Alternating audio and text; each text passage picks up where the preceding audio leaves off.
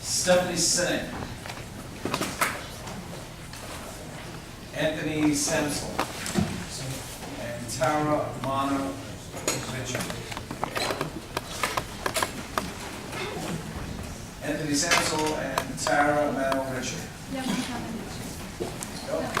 Welcome. Thank you, Mr. Chairman. Thank you, members of the committee, for letting us speak today on this subject. My name is Anthony Samsel. I'm a scientist and consultant, and my expertise is in hazardous chemical and biological materials. I'm the author of the guide to work. Okay.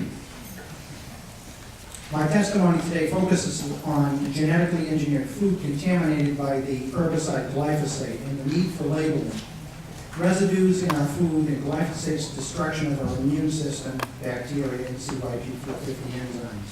We need labeling of genetically engineered food in the Commonwealth, just as we have labeling on packaging for peanuts and soy, both of which are genetically engineered, both of which cause severe allergic reactions and anaphylaxis in some people. The food industry already labels all genetically engineered food as containing GMOs, which they export abroad to countries which require labeling. Just as GMO peanuts and soy are already labeled for consumer choice and safety in the U.S., so should the rest of the GMOs in our food supply. The biotech industry has been trying to prevent the labeling of GMOs in the USA and thus running interference with what is a basic freedom, our right to know and choose what is in our food. I'll skip through some of this and get down to business.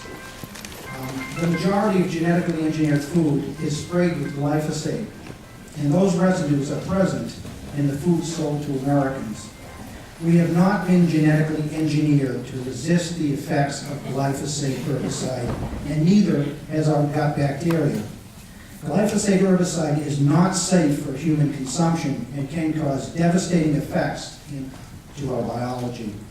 Glyphosate residues of 0.01 part per million are known and have been shown to cause cellular damage. The truth is that it only takes a few molecules to disrupt our biology. The residue levels of glyphosate in our food supply are mainly from genetically engineered foods. I've cited an EPA document here. If you like, you can make sure that we get a copy of it, and I guarantee you. I've provided copies for every member of the board. Thank you for your testimony. Thank you. Representative Becker. I'm sorry, Representative Becker. You're welcome. Again, just come right up. I want to thank you, members of the committee, Mr. Chairman. I'm here to testify in support of this bill. Somebody asked me yesterday, I was talking to a group of interns, are there issues that I have found myself working on that weren't the issues that I normally campaigned on or really cared about? And this is one of those issues that sort of came out of left field for me. And I can tell you it's an issue I'm extraordinarily passionate about this issue. I am somebody who has food allergies. I have seafood, nuts, and fish allergies, and didn't realize it until much later in my life. So I kept feeling I was having these reactions. It never occurred to me to actually go and get tested. Having been tested for those allergies, I have to be extraordinarily careful about what I eat and where the food, so it limits where I can go out to eat and what I'm able to do. I now have 2 small children who have 40% chance of inheriting my food allergies. And it takes a lot of time when they're this young to sort of do those food challenges and watch them over the years. I will tell you that the research that I have done on this issue is that it is no coincidence from the time in which we've seen a huge rise in childhood allergies to various foods to when genetically modified foods have actually entered our kitchen table or landed on our kitchen table. I have the right to know what I'm eating. If shrimp DNA and peanut DNA have been used to modify other foods so they can grow bigger and faster and be more efficient, then that might be their right to do that, but it's my right to know that. And to suggest that consumers won't buy certain foods if they have too much information, that's for the consumers to decide. I will tell you, over the years I have eaten certain foods and have thought that I was having some kind of a food reaction, and I thought, I must be crazy, this is not something I'm allergic to. I believe there is absolutely a correlation to foods that have been genetically modified.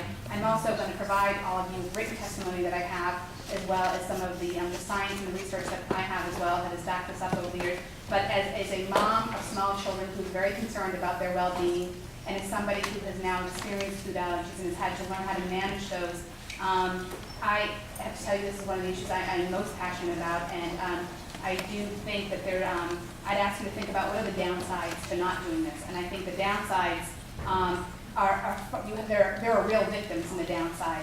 I'm not sure that the industry will fall that much of a victim in terms of the harm that will actually be caused to individual people.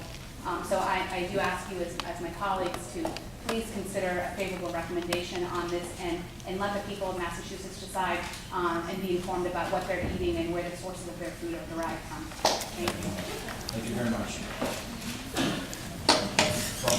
Good morning. Thank you. Thank you very much for inviting me to talk today. My name is Stephanie Seneff. I'm from MIT, a senior research scientist. I've long been interested in autism, and I've been studying autism intensely, and particularly looking at the increasing rates of autism that we've seen in recent years, which I think are very alarming. From 1 in 10,000 in 1970 to 1 in 50 diagnosis in the most recent statistics on autism. I think this is a very alarming concern. If we keep up the trend, we'll have half the kids in America on the autism spectrum. That will not be feasible to manage. So I think it's a very serious problem. There's a scientific connection. There's a huge connection to GMOs, in my opinion, and I've been looking into all kinds of environmental toxins and finally settled in on glyphosate. Anthony and I wrote this paper, 50-page paper, peer-reviewed, on glyphosate, and showing how the things that glyphosate does to biology precisely match the list, and it's a long list of all the different pathologies that are associated with autism. There's a very good match, and you can see it in the paper. I can talk about gut bacteria dysbiosis, serotonin deficiency, extra sensitivity to other environmental toxins. These things are all caused by glyphosate. You can learn it by reading the literature on microbes, plants, and animals. There's been very little research done on what glyphosate does to humans. I think that's a shame. Autism is the GMO foods, 90% of them are engineered to be glyphosate resistant, Roundup ready crops. That's 90% of them. That means you spray Roundup on the crop, that's glyphosate. The crop doesn't die, it soaks it up, it gets into the food chain. And we're not adequately measuring how much is there, but we've got GMO soy, corn, canola, and cottonseed oil, all of which are going into the processed food industry. So it can only be anticipated that kids and everyone is getting supplied with this toxin on a regular basis through these foods, through these GMO foods. And it's not just autism. When we looked into it, for example, serotonin deficiency, which is directly derived from glyphosate, is associated with obesity, autism, Alzheimer's disease, depression, suicide, and homicide. So that's just one example. So I think that the U.S. spends huge amounts on health compared to anybody else, and I think it may be a direct consequence of the fact that we are getting too much glyphosate in our food, which is in turn a direct consequence of the fact that we are eating too many GMO crops that are glyphosate resistant formula. Reaction from FDA on your studies? Any, I'm just wondering. I'm just wondering. Senator Jane Again, who's reading your Yes, studies? Senator Jane Janine of New Hampshire. I have worked with her. I did not want to get lost in the shuffle in Washington, so I worked with Senator Jane Janine of New Hampshire. I was the one who contacted the U.S. Department of Agriculture when I found out that they were not testing I'm just wondering, glyphosate in the food. relative to the FDA. The FDA now has a copy of our study. Any reaction? We haven't heard back from FDA yet. We have heard back from USDA APHIS. Our study is part of the review process for the chemical glyphosate and is entering into review of genetically engineered materials. The residues that are current in the food supply, USDA APHIS finally released some statistics on genetically engineered soy. which, Do you get the sense that the FDA is looking at this as a result of your work and any other work that the folks in the industry? well, we're trying to drag the National Institute of Health into this, and there's a strong possibility that this is going to happen. Thank you. Do you have any questions from any members? Thank you very much for your testimony today. Thank you.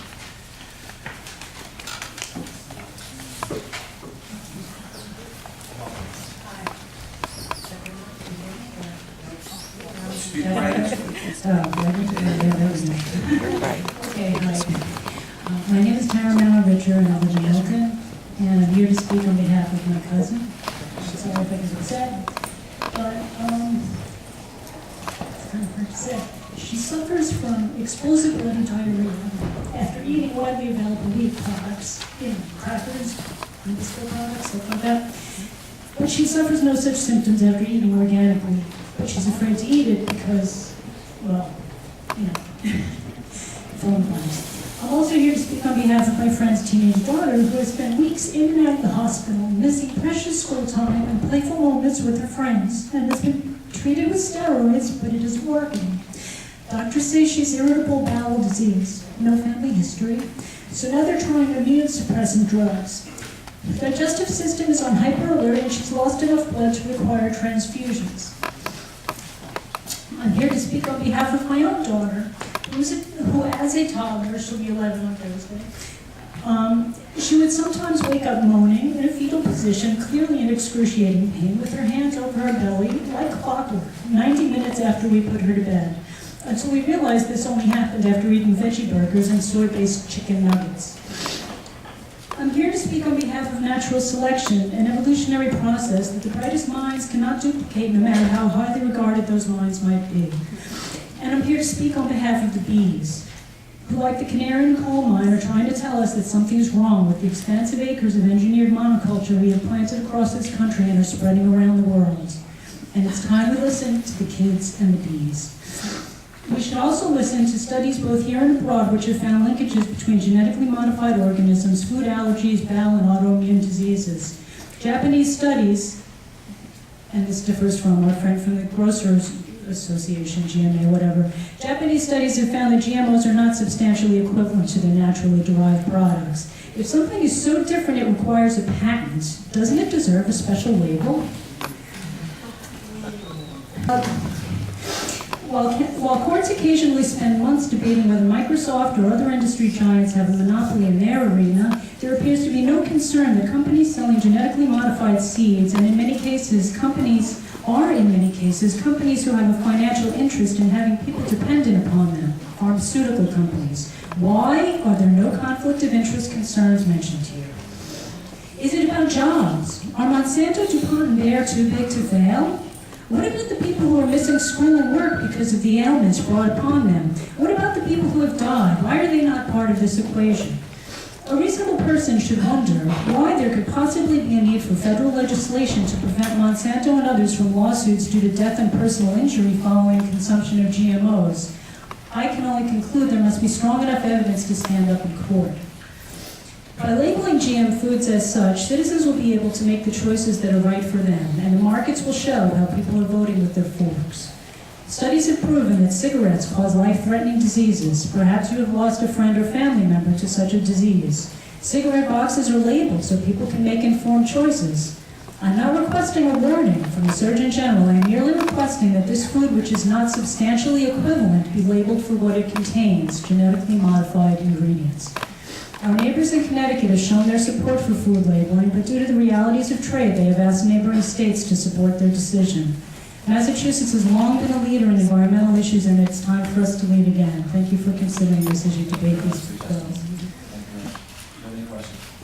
Thank you very much. Can I add one thing to the polystyrene thing? If it helps you, look up contact metamorphism. It might help you And understand. yeah, just make sure that we get it together. Okay.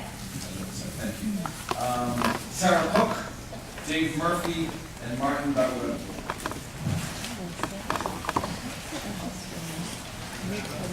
Sarah Cook, Dave Murphy, and Martin Butler. Welcome.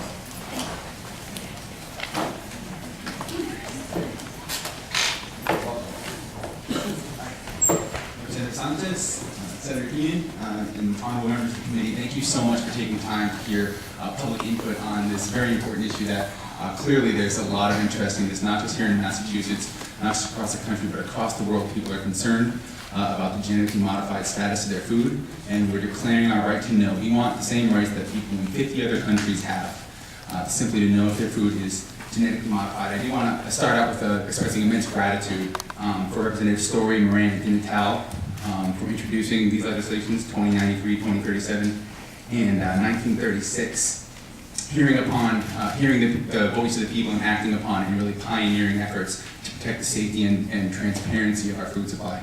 We brought together a panel here for your benefit to hear about not just the movement here in Massachusetts and not just across the region, but across the country. The grassroots movement of people connecting safe food advocates that are declaring their right to know and passing legislation in states across the country. So we have Erica Clipman from GMO-free CT and Dave Murphy from Food Democracy Now, who we'll be hearing from. To give you a little bit of background on me, my name is Martin Dagoberto-Driggs. I received my Bachelor's of Science in Biotechnology, Genetics, and Molecular Biology from Worcester Polytechnic Institute, where I graduated with high honors in 2006. It was during the course of my study. GMOs is a statewide network of safe food advocates that started organizing late last year. We've been educating community members, dozens of educational movie screenings, community-based discussions to discuss the serious health and environmental risks associated with GMO foods. We built our network to over 1,600 people, several dozen businesses. We just launched a new petition a day and a half ago that's already gotten 600 signatures last I checked. I have another 200 physically here with me. But there's no shortage of public support for this issue. I feel like I'm riding a wave of public support and trying to steer it to you guys and hopefully inviting you to be part of history on this. So I do want to provide some of the context for what's happening nationally, and Kara's going to share what's happening in Connecticut. Thank you very much for the opportunity to be here today. I'm most importantly a mother of 3 young children and had the privilege of leading GMO-free CT, the grassroots organization that successfully advocated for the first GMO labeling bill in this country. Well, a labeling bill for genetically engineered foods would most ideally come from the federal government. It is evident that that's not going to happen anytime soon. And that is why activists around the country are turning to legislators at the state level, like yourselves, for help.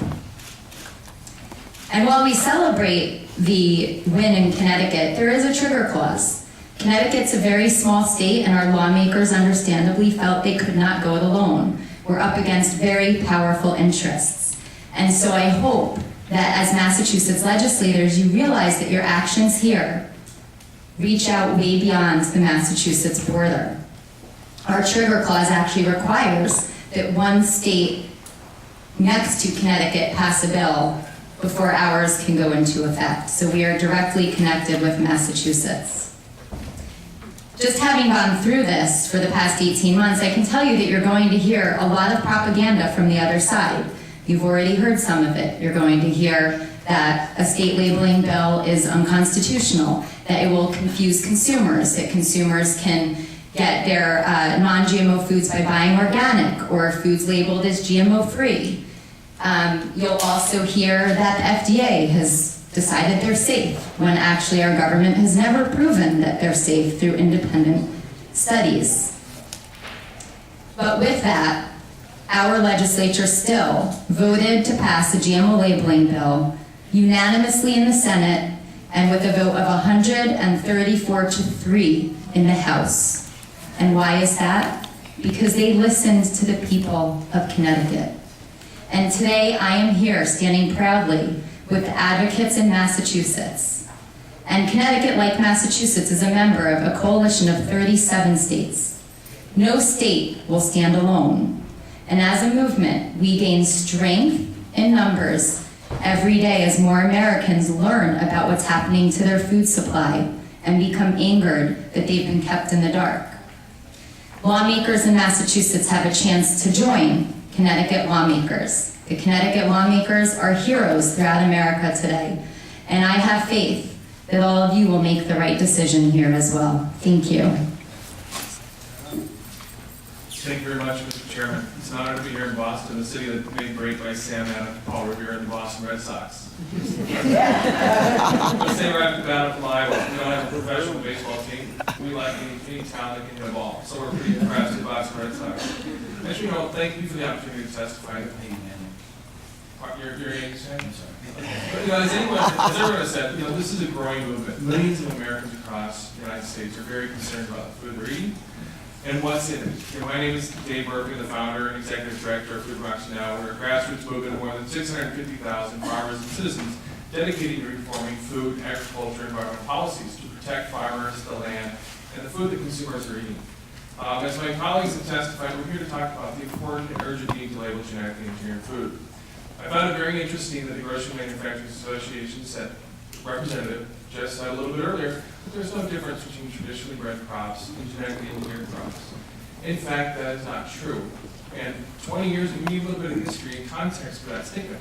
20 years ago, the Food and Drug Administration is the one that decided political appointees in the first Bush administration, Michael Taylor, former Monsanto attorney, he helped write a policy that said genetically engineered plants and crops were substantially equivalent. There's no material difference between those and traditionally bred crops that farmers have planted and fed us for thousands of years. In fact, they overrode the own FDA scientists who said, in fact, that this new science was brand new, had never been a part of the food supply, and introduced, by its very nature, introducing artificial genes, foreign genes from bacteria, viruses, and other plants and animals, introduced the risk of more toxicants and allergenic responses. I think Anthony Samsel and Dr. Seneff have spoken to some of the problems, and I know Dr. Michael Hansen has. There's a new study out today of hogs that were butchered in Iowa slaughterhouse that shows the interactions of how genetically engineered crops have on the stomach of these hogs and the weight of the uterus of the female hogs. It's alarming. The fact is, we're not here to debate the science. What we do believe is we, in a democratic society, we have a basic right to know what's in our food. Consumers should be the king in a capitalist system. Unfortunately, we have not been, because these corporations have denied us our basic democratic right. Last year, I had the honor of being the co-chair of Prop 37, a ballot initiative in California that would have labeled genetically engineered foods.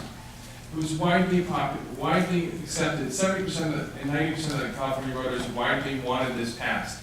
On the day of the election, we lost because these same companies, the grocery manufacturers represent, they spent $46 million against us to defeat the American right to know. The tragic thing is, the Grocery Manufacturers Association is made up of American corporations who label all of the foods that they sell overseas in 64 other countries around the world. All of Europe, China, Russia, South Africa, Syria, and Saudi Arabia label genetically engineered foods. I want to ask the legislators of Massachusetts to pass this bill out of committee and put a floor vote on it this session. Connecticut, you led the way in the revolution. We ask you to stand up and lead the way for American consumers today.